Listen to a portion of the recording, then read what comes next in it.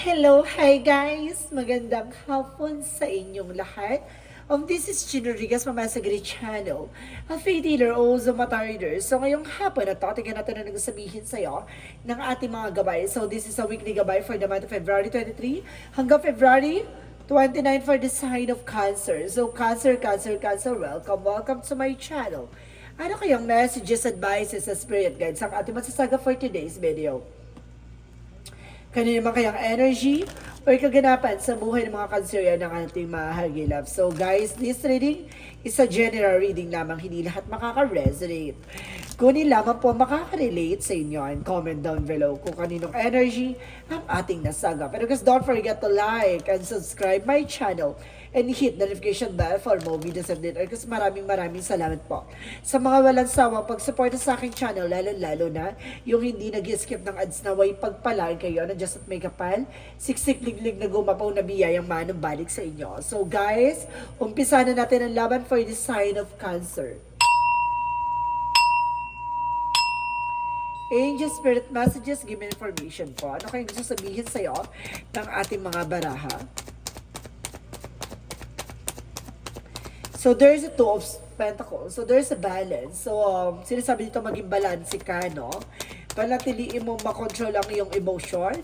At kumbaga maging kalmado ka. They say that there's an Emperor, be mature enough and being grounded. So maging mature ka sa mga decision mo na gagawin. And of course there's an Hermit card via soul searching, no? Bibigyan ka ng kaliwanagan about sa spirituality. So let's see additional messages for the Seven of Cups. So there's a lot of opportunity coming in for you. Maraming oportunidad na papasok dito. At sinasabi sa iyo dito na kailangan mong magmuni-muni or magdasal, no? Humingi ng guidance sa ating angel spirit. And of course, the Six of Swords is a transition. Na makakaalis ka na sa situation, no? Unti-unti ka na makakabangon. At the same time, there's a Knight of Cups for an offer. So, this is the offer for an engagement or proposal or something, promotion. So, there's an offer, guys. Or there's a love offer. So, let's see what is the Two of Pentacles. So, there's a Temperance. A perfect timing. So, may mga bagay na kailangan maging balance ka, finances, career, love life, and health mo, and so on. No? Kailangan mo maging balance. At kailangan mo, sinasabi ko sa iyo with the temperance, kumalma. What is the Emperor? Represent the High Priestess. So, there's a hidden agenda or hidden enemies. No? Marami mong nakatago sa mga paligid mo. Kailangan maging mature ka sa mga bibitawan mo salita or magiging action mo. So, let's see what is the Hermit card. Hermit card represents a strength card, no? Confidence. So, kailangan mo ng lakasan ng loob mo, no? Kumbaga, lakasan ng pakiramdam mo, rather, no? Kasi kailangan mong maging matapang, no? Sa mga bagay-bagay na nasa paligid mo. Kasi baka matakot ka sa mga uncreatures na makikita mo. Kumbaga, there's a spiritual activation ako ng sense dito. And the star card is a wish fulfillment. So, maraming oportunidad na papasok sa'yo na magtutupad ng mga pangarap mo. So, let's see what is the Six of Swords and Ace of Swords. There's a breakthrough, no? Suddenly, maaaring makakalis ka na sa situation mo at unti-unti ka nang makakabangon. And there's a breakthrough, maaaring magtagumpay ka at you're on the spotlight, no? Maaaring, kumbaga, nandun ka na sa point na parang eksena mo na yung binabasa ng kapalaran, no? Kumbaga, siswertihin ka na this time. And because there's a Queen of Swords, a vigor picture, na unti-unti mo na nakikita yung magiging possibilities, na itong offer na to, yung makikita mo na yung pinakamagiging outcome. So, let's see what is the Two of Pentacles and the Temperance. So, there is a Page of Cups. So, makinig ka sa intuition mo and gut feeling mo. So, let's see what is the Emperor and the High Priestess. So, there's a Six of Wands. The victory is yours. No? Talagang mapagtatagumpayan mo yan, no? Kumbaga, may mga bagay man na hindi mo pa nalalaman sa ngayon, pero makokontrol mo yan. At kasi parang sasabihin sa'yo na parang alam mo na yung magiging possibilities, ganon. Kumbaga mapagtatagumpayan mo dahil kumbaga kontrolado mo yung magiging eksena mo. And of course, there's a Sun card. There's a pure positivity about sa spiritual and of course, that temperance. Kumbaga, dahil sa naging matapang ka, no, na humarap sa mga bagay-bagay, bibigyan ka ng kaliwanagan at umikot na yung universe na, kumbaga, talagang this is your moment, no, para maging, kumbaga, lumakas ang iyong pakiramdam. So, let's see what is the Seven of of Cups and a Star card. So there's a Seven of Wands. So protections, no?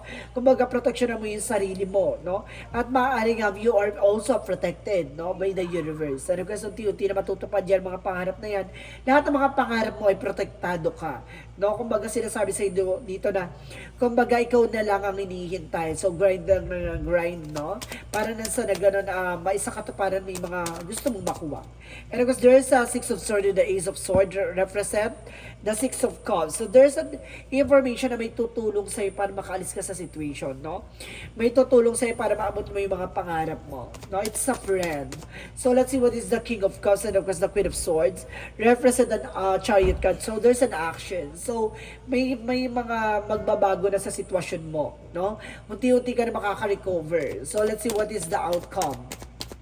Ang outcome for you is the World card. So some of you guys may travel ka, or kumbaga marami kang ganap dito, marami kang sa transactions, information, messages, and there's a success and across the travel. At the same time, there's a higher fight for a lesson learned. No, may mga bagay na kailangan mo matutunan, no? At may mga bagay na kailangan mo isalang-alang. Additional messages for career.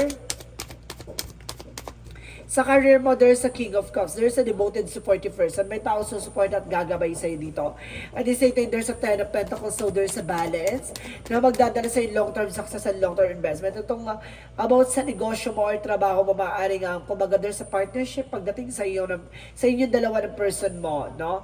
At maaaring magdala sa ito ng financial security. Additional messages for love life. So there's a Magician. No? So, there's a manifestation. May mga bagay na unti-unti ka na manifest dito. May mga bagay na unti-unti ka na makukuha with the Eight of Swords. Napapalibutan ka ng negativities. Mag-ingat ka, there's a black magic involved na gumagawa sa'yo. So, see, kumagala ka sa mga pakiramdam mo, nasa paligid mo lang.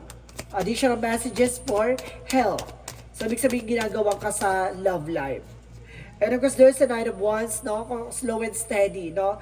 Maging kalmado ka sa mga kinakain mo. Huwag masyadong aggressive na, kumbaga, may makuha na yung kinakain mo. At the same time, there's a Moon card at Truth Reveal, no? Kumbaga, malalaman mo bigla yung kumbaga, bigla ka nalang makakaramdam ng hindi maganda sa katawan mo. Mag-ingat ka sa mga kinakain. So, let's see what is the magical fairy messages. Magical fairy messages for you is the summer. So, ngayong summer season, maaaring, kumbaga, magbigay sa iyo ng kasagutan niya mga bagay na, or magbigay sa iyo ng unwind or refresh and retreat. And there's a let go. Na may mga bagay na kailangan mong pakawalan or may mga bagay na kailangan mong hayaan. So, let's see what is the Yin and Yang Oracle card. And there is a triggers by conflict, no? May nagsisilbing complication dito. Guys, paalala ko lang, there's a star, the sun and the moon. So, ibig sabihin lahat ng mga bagay sa buhay mo ay naka-line up na mangyayari, no? Kumbaga, there's a prophecy. At the same time, there's a trigger for complication, there's a freedom. Pero, huwag kang mag-alala, makakalaya ka sa mga komplikasyon at mga kaguluhan sa buhay mo ngayon. At the same time, there's a trust the timing. So, see, this is the perfect timing talaga na kailangan mo antayin. No? So, let's see what is the Moonsology.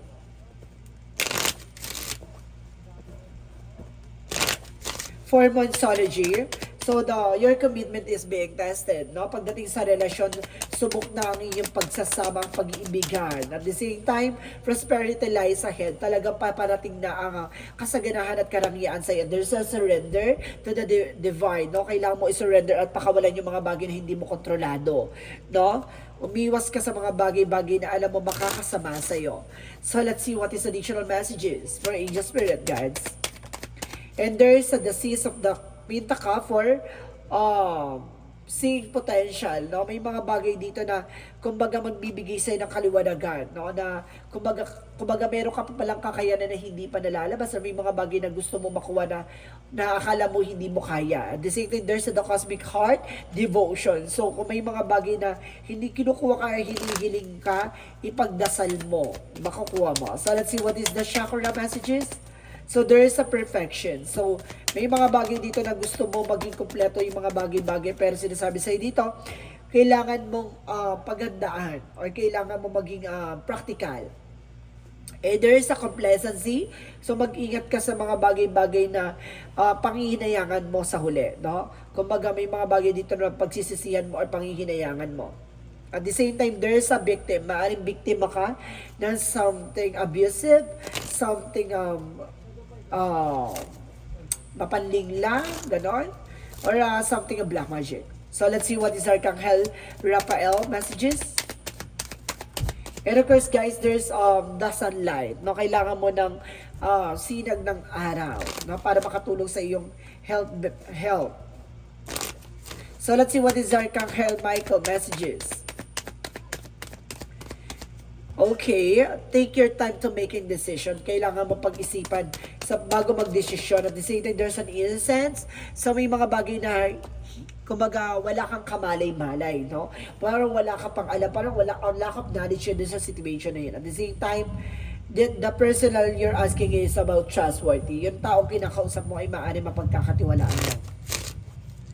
What is the romance angels? Pagdating sa love life, so there's a playfulness. So kailangan mong humarot, no?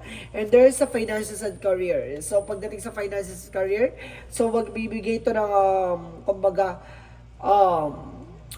there's an information na parang kasama siya, kaakibat nito ang love life mo, yung finances and career. And there's express your love. See? Ipakita mo yung totoong pagmamahal mo, na baharatin mo siya. So let's see what is the angel's answer.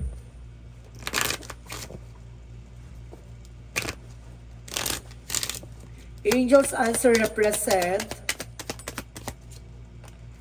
the situation will improve, no? Unti-unti na magbabago yung sitwasyon mo.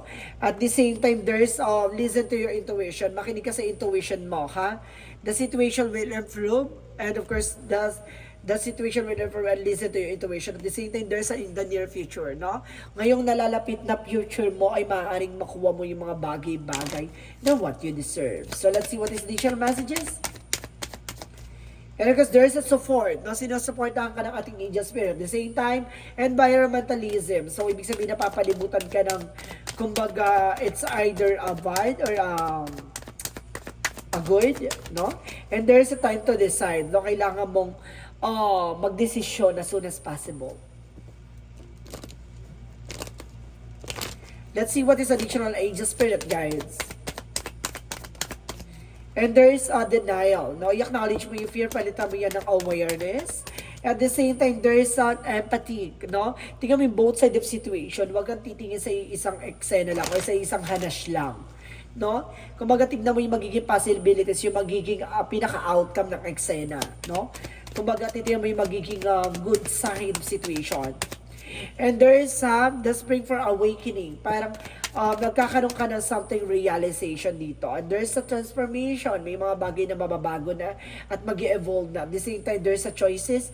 No, kapag may mga pipiliin ka or pagpipilian ka sa sitwasyon mo. And there's a journey. Kasama lahat ng yan sa pagdadaanan mo. And there's a travel. So let's see what is the energy.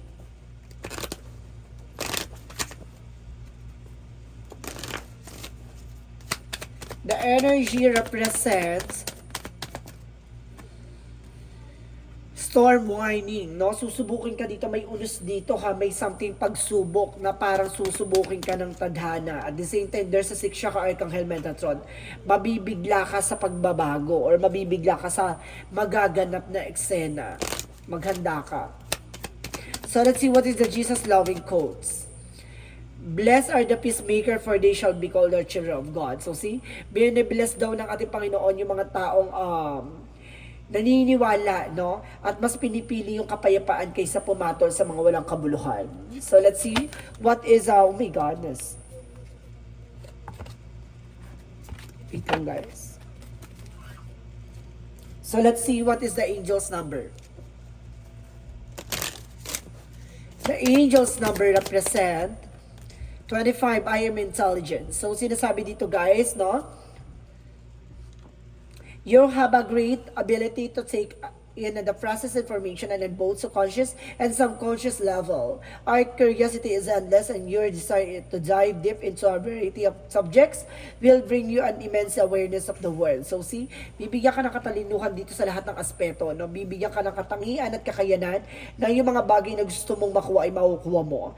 At may mga bagay na gusto mong ipakita ay mapapakita mo. No? Parang, kumbaga, desires into reality. So let's see what is the messages of life.